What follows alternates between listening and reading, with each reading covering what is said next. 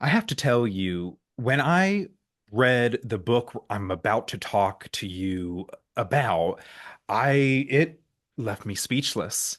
And as someone who is going into an interview, I need to be able to speak. And so I just want to preface this conversation about this book, Alligator in the Ocean, one family's fight to stop a serial predator and their determination to heal. Like I said, I read this book going into this interview, and it was incredibly powerful for a whole host of reasons. And with me, I have the author of this book, Anina Swan, and we're going to talk about a whole host of topics. We'll hear her story. We'll talk about forgiveness and evil. We'll talk about if you're a pastor, an elder, a teacher, a parent, what are things that you can look for to make your home and to make your church a safer place. Anina, thank you for your time. Nate, thank you for the invitation. I'm looking forward to talking with you and your listeners today. Absolutely. Again, alligator in the ocean. So automatically, the title jumps out to you if you're reading it. But before we hear a little more about your story, tell our audience about yourself now, some of the things that you're up to these days. I am married. I've been married 43 years with three children. They are all married, and or two of the children are married, one is divorced, and I have 10 grandchildren. And one of the things we do to enjoy life is spend time together. We love to cook and we love to fly fish. So we are all fly fishers, including my 5-year-old youngest grandson. So we enjoy life, and we love to just balance from the past hardships that you will be reading about and listening about in the book to enjoying the life God has given us. And I'm grateful that all my children believe in the Lord, and which is amazing to me. And just really happy about the life I have, the life God has given me, He's granted me. I survived for a reason, and I'm really excited to share that with you. I think that's wonderful. So I'm happy to hear about those things.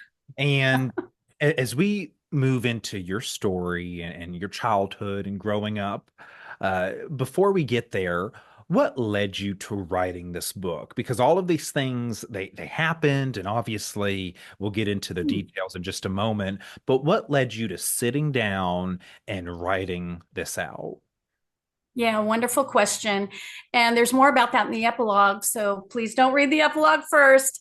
But there was a call on my husband and I's heart after we went through the just the steps of getting the perpetrator arrested, participating in that, and then the few years that followed, and then going through a time of healing from the PTSD and the shock of what was going on and how serious the situation was, and that this man had multiple victims. And once we got through that and we started living life again and putting the hardship in our past and moving forward, we decided to attend a college reunion. And it was in the town near where Ivan was arrested, and it was in the newspapers. And so the college was familiar with not only my husband and I being their students, but also that we were the ones who experienced what they were reading in the newspaper. And my husband's Greek professor, who was a dear friend of ours, and he attended our weddings. We used to play tennis with him in college, doubles with him and another professor. He approached us first at the college reunion and poured out his empathy and concern for us and just asked, "What happened? How can this happen? I want to know more. How did you survive? Tell me more." He was authentically and genuinely devoted to hearing more. And I opened my mouth to just give him a few sentences, a little synopsis. Nothing would come out. There was too much to tell. So we agreed, our professor and my husband and I, that I would take some time to review some of the documents of the past and then email our professor, and he could ask us questions, and we would have this correspondence, this ongoing email. Well, it ended up when I started to dive into all those documents that I had collected, went into a kind of a mini shock. Do I really want to go back there? And how am I going to do this? And I just simply prayed. I said, Lord, you show me. Do you want me to go back there? What do you want me to learn from this and express and communicate to our professor? And it was quite quick how the transformation in my mind and my heart of the past was, now I can educate. Now I can share my story of survival and faith. And that's how I approached it. So after going through maybe 9, 10 months of reviewing the documents, I sent our professor an email and learned that he had passed away. And my husband and I were left with, now what do we do? And we felt a nudge on our hearts to write about what happened and why I'm here today talking with you. Yes. I'm so thankful that you wrote this book. And I know as you're describing, not an easy process, but we're going to talk about that right now, in fact. So, Anina, if you don't mind, tell us a little bit about your story and growing up and how these things developed. Okay, well, I was raised by my parents in a small town in Idaho. I have 3 sisters, and in that town, there was a man who my family trusted and my community trusted. He was in a profession where he worked around families, and he was held with high esteem in the community. And he sexually and sadistically abused me during about a 3 year that I remember or recall. It was approximately 3 to 4 years that I remember the abuse. And one of those ways that he abused me was he sold me to a child pornographer on one of our outings. And that is, if your listeners don't know, is an avenue of child trafficking.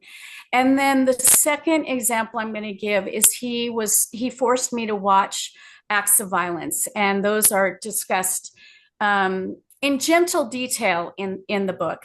So I think one of the most amazing experiences during the time I was abused was at Vacation Bible School, when at 5 years old, my teacher shared with me, based on 3 posters she taped to the wall in my classroom, who our living God is. And the 3 posters were David and Goliath. And then there was a poster of Jesus holding a lamb and a poster of our Jesus Christ dying on the cross. And it was the first poster, David and Goliath, that captured me because it portrayed David as a child.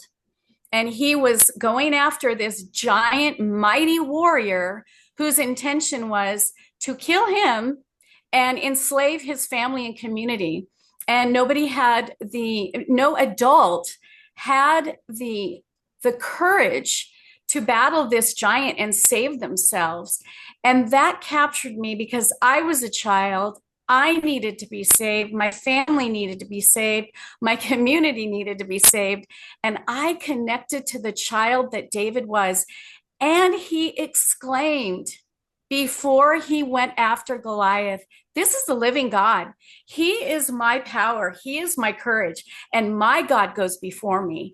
And that is what I need. It is simple, but that is what I needed. And I asked my teacher if I could have David's God as my God. And she led me to the prayer of receiving Christ as my Savior. Mm.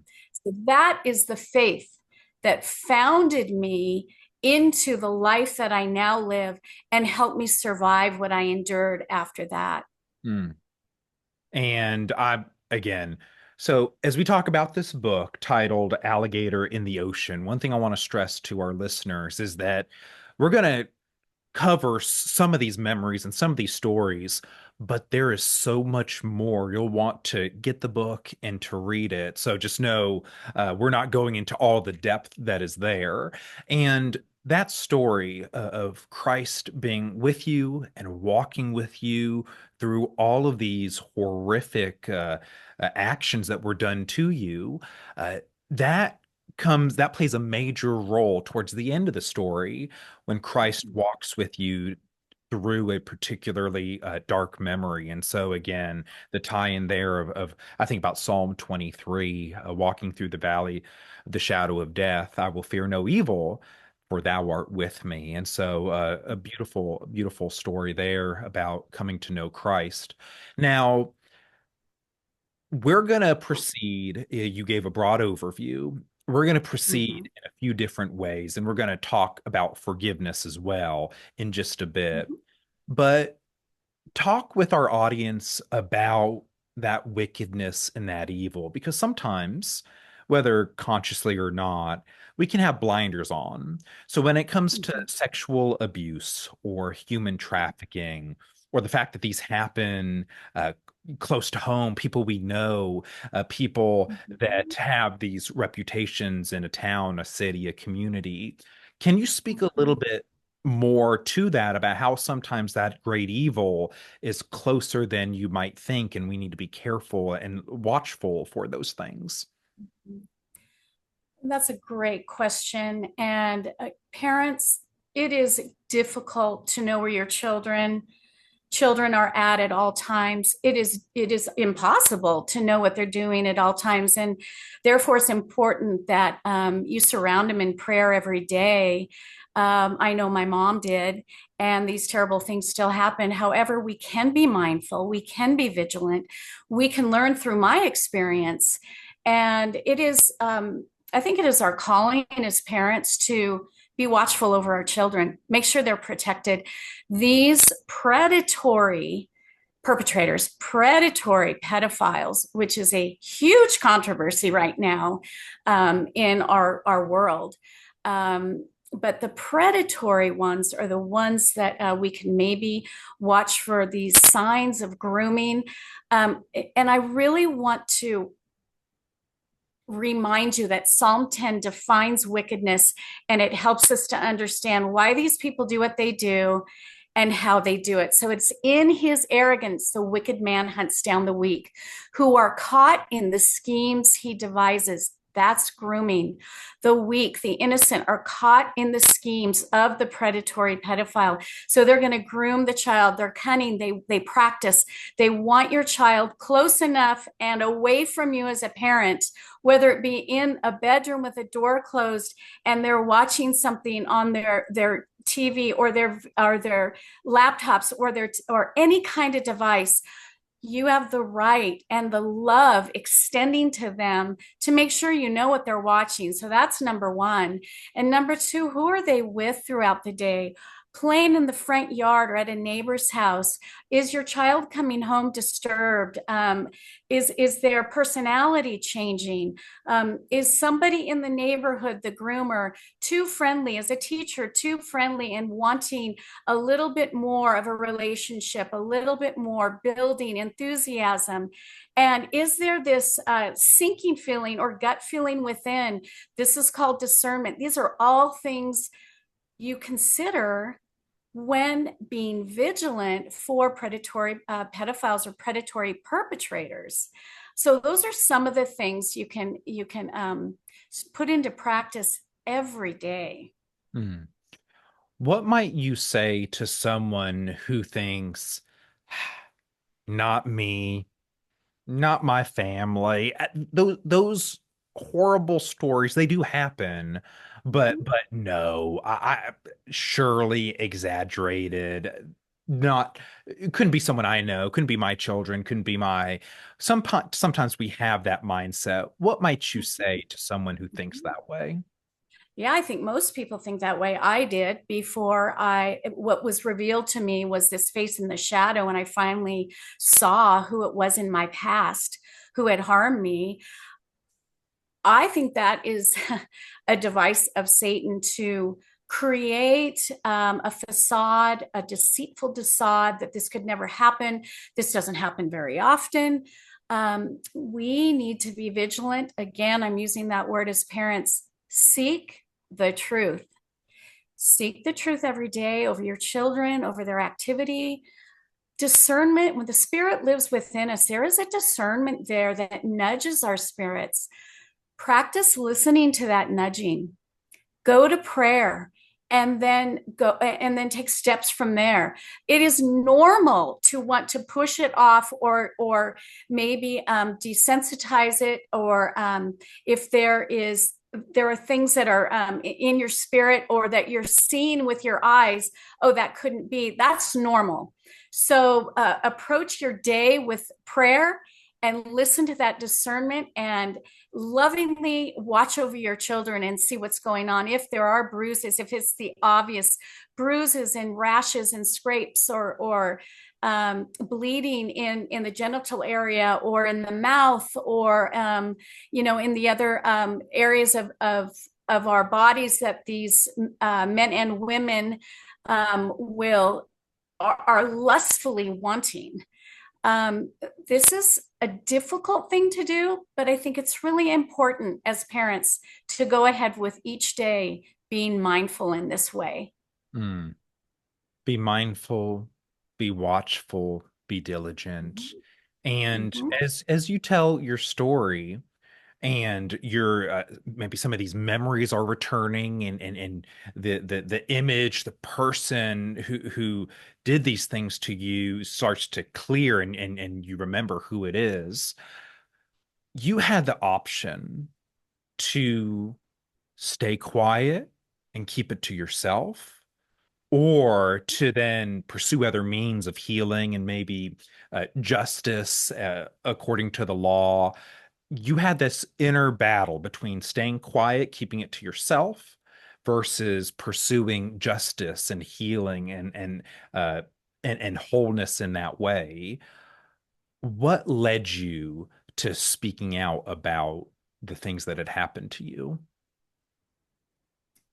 So the immediate answer is we knew this man was still working with children. I knew what he did to me, the threats against me, his attempt to actually murder me. He attempted to murder me to keep me quiet. And I feel that to save other children from the pain and suffering and damage that he was practicing when I was a child, that was worth it. And if legally I had the means, and I know God goes before me because of our wonderful Deuteronomy 31, God would be going before me, and I would be in a battle to stop this kind of evil. And that was very important to my husband and I. And we decided to move forward at risk of this man coming back after me and my family Mm, and harming us. So I believed that God would go before me, give me the strength and protect me. And that was a confidence that couldn't be shaken. mm. The confidence that couldn't be shaken. I like that. Now, what might you say to someone out there? Because there might be a lady or a man who has been abused in various ways, and they're at that fork in the road, so to speak, where you were, where I can Mhm. try to keep this inside, I can keep it hidden, I can keep it quiet, or I can talk about it and perhaps pursue various legal means, criminal legal justice means of resolving the situation. But they're at that crossroads where you were at one point, Mhm. and they don't know what to do. So, Anina, what would you say to someone in that position? Well, it's a frightening position to be in. And your life changes, but your life already changed at the hands of a criminal perpetrator or a perpetrator harming you, forcing you, tricking you, threatening you. And so all those things happen. And with that comes all the layers of damage. And the only way crime can be stopped is if you bring it into, the forefront of the law. And with that comes with a change of your life. Hmm. And so you're going to be going on a direction that I found well worth it. The rewards, the joy, the peace of the life ahead, and past the hardship and the struggle that you've already experienced is ahead of you. And God goes before you, and He will live with you into eternity Hmm. as you go through that part of your life now, choosing to stop the evil, stop the crime, because you're not the only one. There's going to be another and another and another. Hmm. The very first thing would be your safety. Call a hotline, call the sheriff, call the police. Sometimes you're not believed. So you call somebody else. Hotlines are there to guide you and to help you and to listen without judging and saying, oh, well, there's not enough evidence, and discouraging you. Well, if it happened to you, you have all the evidence you need. Just persevering is the next thing.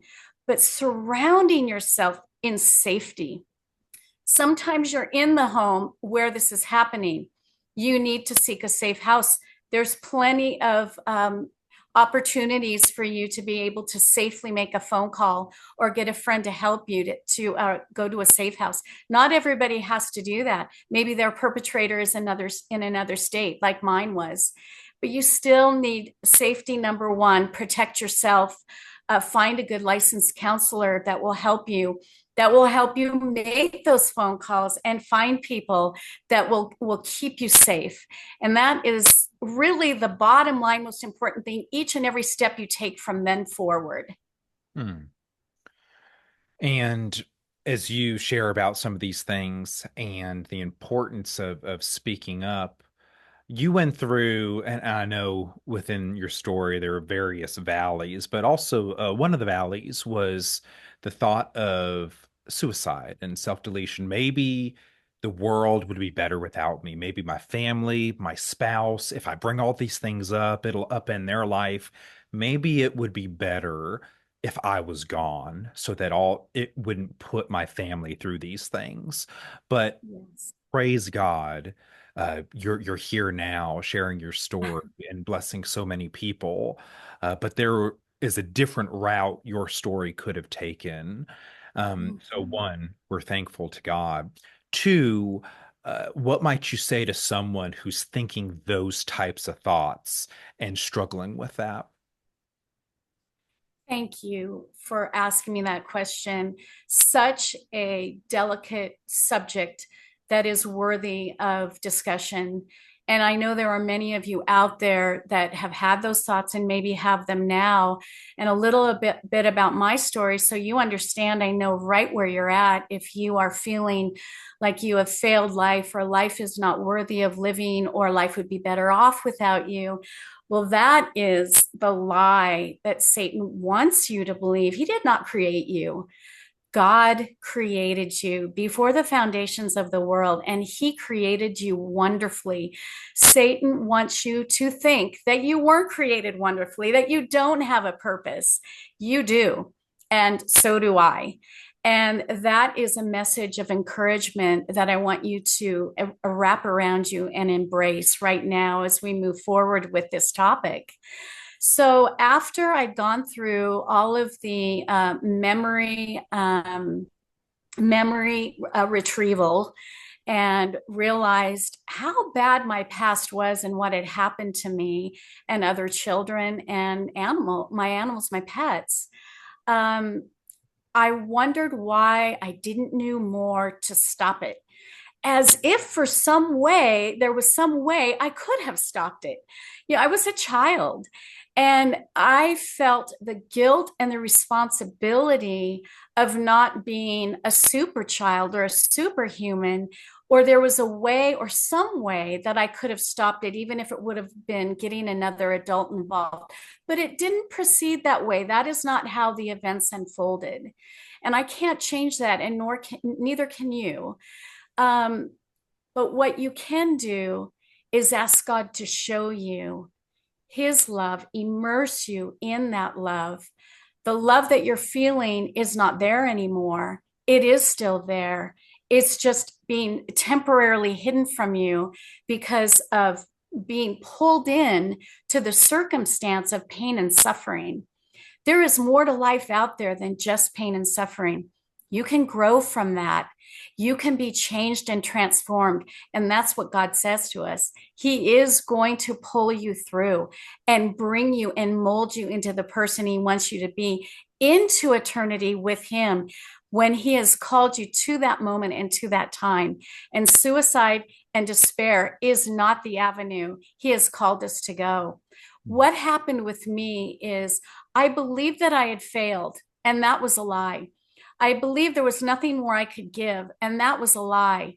And I asked God right before I basically was going to carry out suicide, and I did not attempt it, but I was going to. I asked God to show me, just Lord, I've made up my mind. Now just show me what you want from me. And he did. And for my experience, it was transforming, of seeing the truth ahead of me in the most simplest ways. The very neighborhood that I lived in, he just showed me the breeze blowing through the eucalyptus trees, where I was raising the children, where they played, the home that God blessed us with, the husband and my relationship with him, and that there was so much more to life than just those moments of suffering that were now in the past. And that there was going to be effort and time spent with my Lord, with my husband, with my children, life ahead of me that I got to enjoy. And as a stronger woman, already living through what I lived through, I got to take that with me and live a life of adventure. Yes, I would face challenges, and I have faced challenges, but God would never leave me nor forsake me, and he was going to get me through it. That's what I want for you. Embrace it. Hmm. Embrace it. Wise words of comfort and encouragement. Last question on this part of the conversation before we'll move towards, I want to ask you about your relationship with God and about forgiveness. The statute of limitations. I often hear with these stories of abuse, that comes up all the time. Oh, it was Mhm. years ago, and I don't know if I can do anything about it now. Because of that, maybe I shouldn't say anything. Can you speak a little bit about the statute of limitations and what we can do about that when it comes to horrific crimes that happened years ago? Mhm. Most states now have dropped their statute of limitations that are based on power based violence, is what they call it now. So, any form of power based violent crimes, the statute of limitations are no longer there. During the time that I wanted to submit a police report, the statute of limitations expired. So instead of me going to court and based on the crimes against me, we called ahead to the town that this man lived in, and we called social services and the police, and they did the work. They did the investigating for me on my behalf. Of there's still children in his care. So calling, the police, calling the sheriff, uh, go to every avenue you can. And again, calling those hotlines that I have on my resource page. Don't stop if a statute of limitation is seems to be held. I don't think there is statute of limitations. I don't know all the states. However, if you live in a state that there is, I wrote a letter and I confronted my perpetrator. If you are safe and you are not near the person who harmed you, I suggest you write a letter I also suggest that you find a licensed therapist that can then guide you to more options and resources you can get your hands on if you live in a state where there's statute of limitations. You're going to need help. I did. I was surrounded with amazing people that helped me. Mm. Amazing people who helped you. And speaking of therapy and counseling, let's spend a moment on repressed memories. And you talk about this a good bit in your book and how Mhm. a particular individual helped walk you through this and helped to clarify some of these foggy memories or partial memories from your past. So, can you tell us a little bit about repressed memories? Why does our body do that? Why does our mind do that? What function does it serve? That's a great question, and only I can only speak on my experience. However, there is an amazing book out there, "Shattered No More" by Dr. Gingrich, and she gives this amazing breakdown physiologically, psychologically. It's an amazing book that dives deep into dissociative memory loss, repressed memory loss. There are different degrees of memory loss, and some are more serious than others, all the way to where some will break off into different personalities. They're not all one and the same. So that is a good book to refer to if you want further study. Repressed memory is basically when there's a traumatic event, especially in childhood. I'm speaking specifically of childhood because that is what I experienced.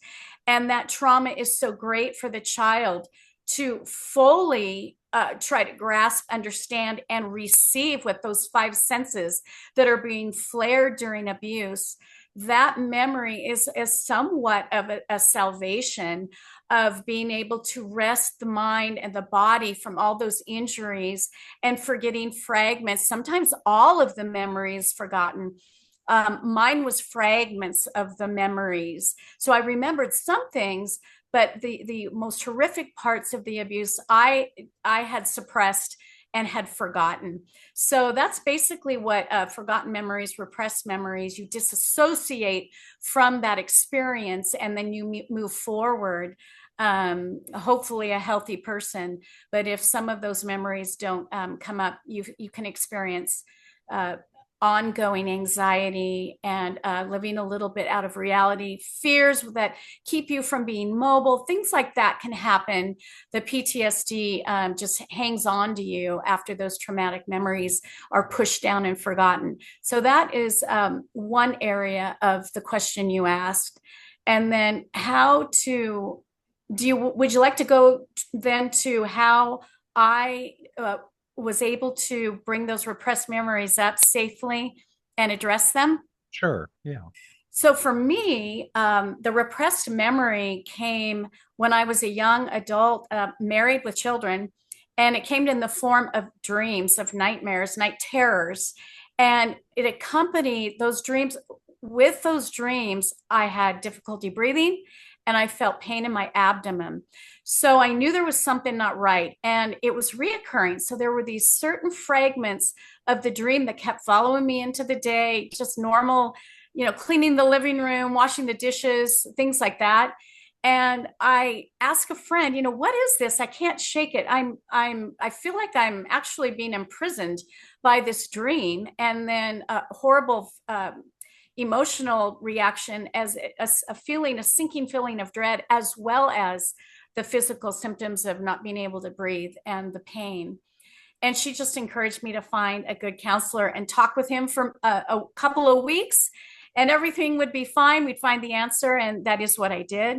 And what my counselor, my therapist, Dr. Barone, he saw right away there was a time in my childhood that I didn't want to talk about and I would skip over.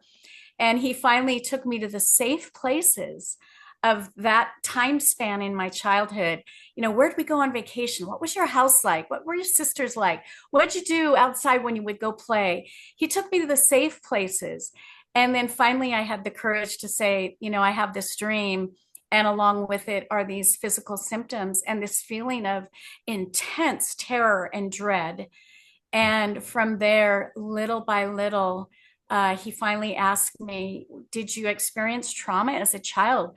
Were you in an accident? Did you have an illness?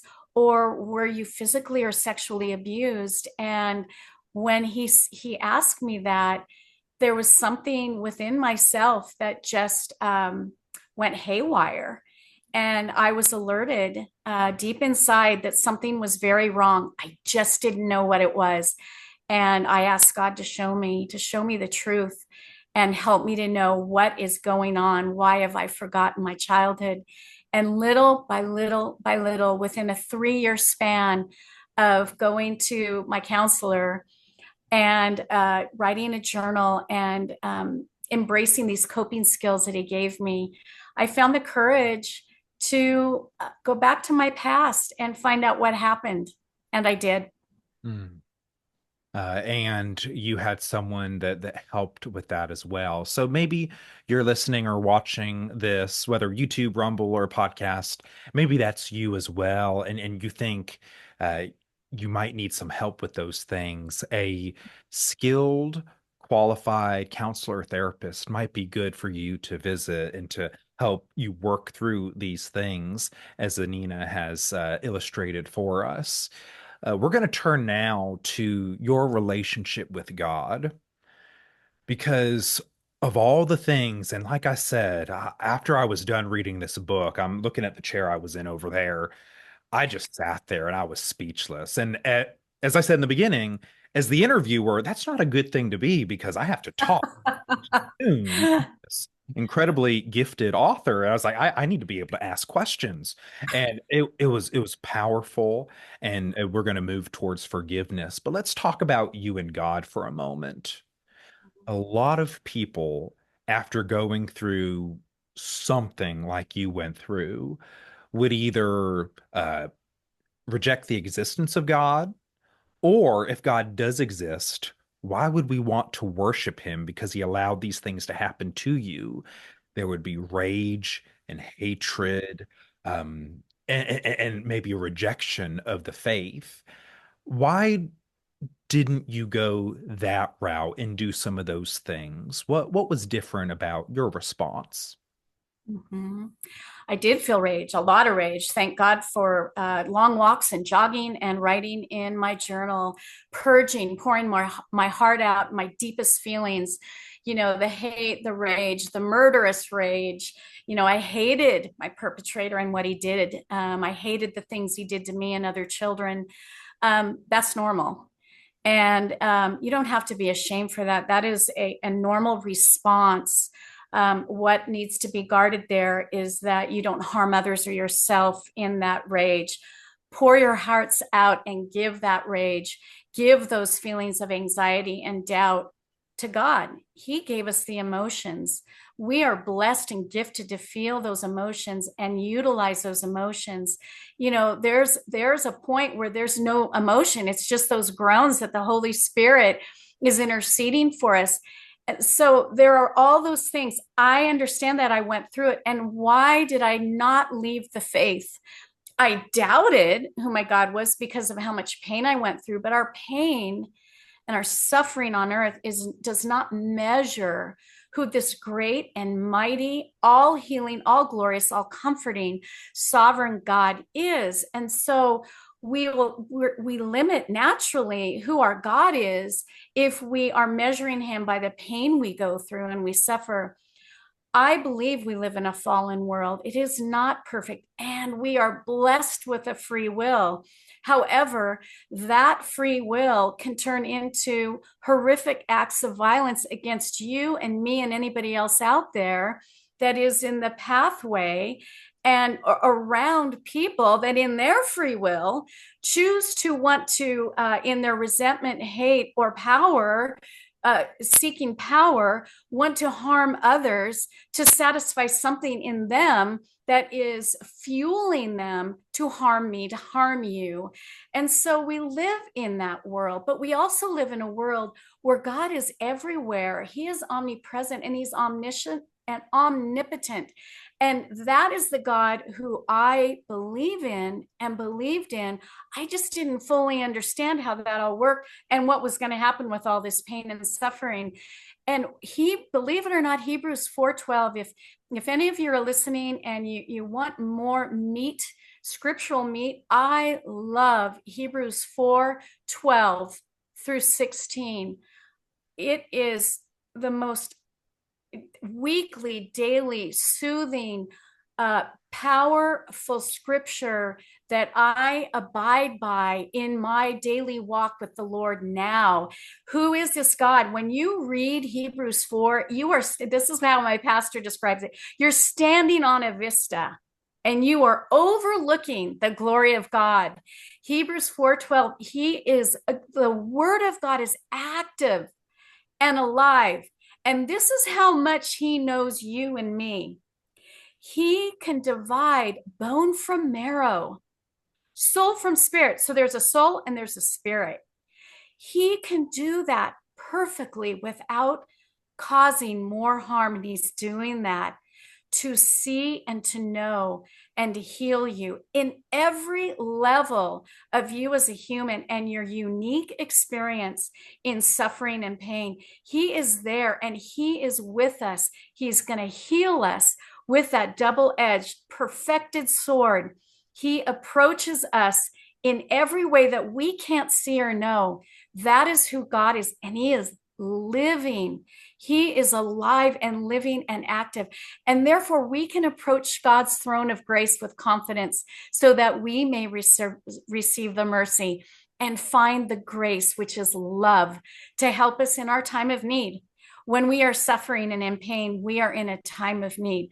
That is my go-to scripture now. Hmm. I'm the director of an apologetics ministry, Apologetics Resource Center, and sometimes I'll get this question when I'm talking about a topic that's not explicitly apologetics, defending the faith, proclaiming the faith, arguments, debates, reasons, evidence, all the rest of it. And so someone could ask me, hey, why are you talking to Anina Swan about her book, Alligator in the Ocean? It's not an argument for the existence of God or anything like that. And here's what I say. We live in a hurting world full of pain, full of brokenness and dysfunction. So when we share the gospel, we tell people about Jesus. Part of our apologetics, so to speak, and our evangelism is talking about healing, is talking about wholeness and peace and joy. It's not just the truth of Christianity, although obviously as an apologist, I believe that.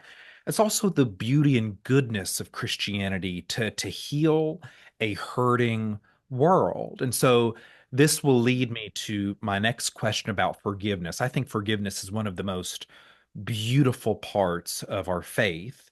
And one of the testimonies that Christianity is not just true, it's also good, and it's good for the individual, and it's good for society.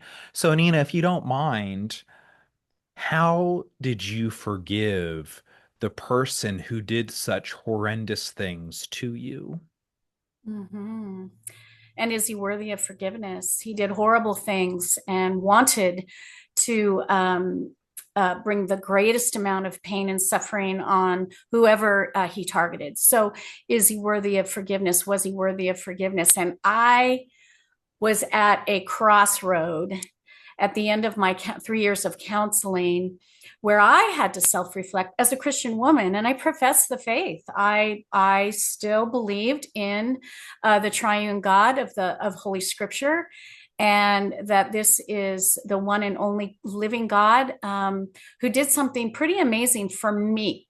So I'm looking at myself as an individual and what Christ did for me as an individual, and I'm contemplating. Okay, I profess the faith, and therefore, according to the Lord's Prayer, and this is very simple. I just went right to the Lord's Prayer to find my answer, and in the Lord's Prayer, Jesus is telling us, "This is how I want you to pray," and it is a simple prayer, and that Christ forgave us in the greatest way of becoming the sacrifice, taking that punishment. And I'm saying for my sin, he did, I'm gonna talk as an individual, just between me and Christ. He died for everybody's sin, but he died for my sin. And I know I'm a sinner and I know when I sin, and Christ died so that I didn't have to take the punishment of death for sinning against a holy God. So I believe that. And now he says, okay, now you need to forgive those. I am calling you to forgive those who have sinned against you. Well, what about Ivan? What about the alligator, this face in the shadow who did horrible things? And if anybody wants to read more on that, just go to Chronicles and Kings and read about Manasseh, and then I'm going to move on, King Manasseh. Mm. Um, so I was going to wait until the very last moment to take my last breath in life to say, okay, God, I do forgive Ivan. And that's how I was going to handle forgiving Ivan, because I knew I needed to. What happened was I had confused forgiveness with reconciliation. I thought that if I forgive Ivan while I'm still alive and healthy, then we would next in line after forgiving him, the next step would be to give him a call, rebuild some kind of a relationship, witness to him, write him letters, and actively pursue a relationship with this dangerous man. Well, I was wrong. There are two parts of what Christ did for us. And this is a very simple understanding that I have of Christ first dying for us in our place, but no, not just dying. He rose then from death to life, and he sits at the right hand of the Father and then sends his Spirit to live with us from now until eternity. Well, reconciling was the perfection of what God did for us. He pulled us into the Holy of Holies. The veil of that Holy of Holies is now torn. And when Christ died and rose from the dead, we are now in his presence. We stand in his living and holy presence because we've been redeemed. However, as a human, we don't always get to reconcile. So when I understood that reconciliation doesn't always follow forgiveness. However, forgiveness is for everyone, and anyone can extend it to another without fearing having to go into a dangerous relationship and trying to reconcile that something that is reconciled with someone who cannot be reconciled with. Mm. And so what I did was I imagined all this in my journal, and I remembered in my dreams, and I wrote each of those down, and I remembered them, and I gave them over. I took them from my shoulders, Ivan's sins and my sins in response to Ivan's sins. And I gave them and I put them at the foot of the cross where I knew God would take them and be this burden to carry now, no longer mine. And that's what Christ did for me. So I'm going to do that. I can do that. And that is exact. Uh-oh. Did we lose internet? I can hear you. You Okay. in and out Okay. for a moment, but you're talking pretty fine at this point. Okay. Thank you. Okay. I'm sorry for the interruption. No, no. But that, yeah. And so it was easy for me to consider forgiveness because of what Christ did for me. What I was relieved about was, as a human to another human, the reconciliation didn't happen and wasn't going to happen, but forgiveness did. And Mm. from there, I was free, completely free from the anger, frustration, shame, guilt, pain, suffering, doubt. I was free from every one of those that was connected to Ivan's crimes against me. Christ has set us free. Beautifully said.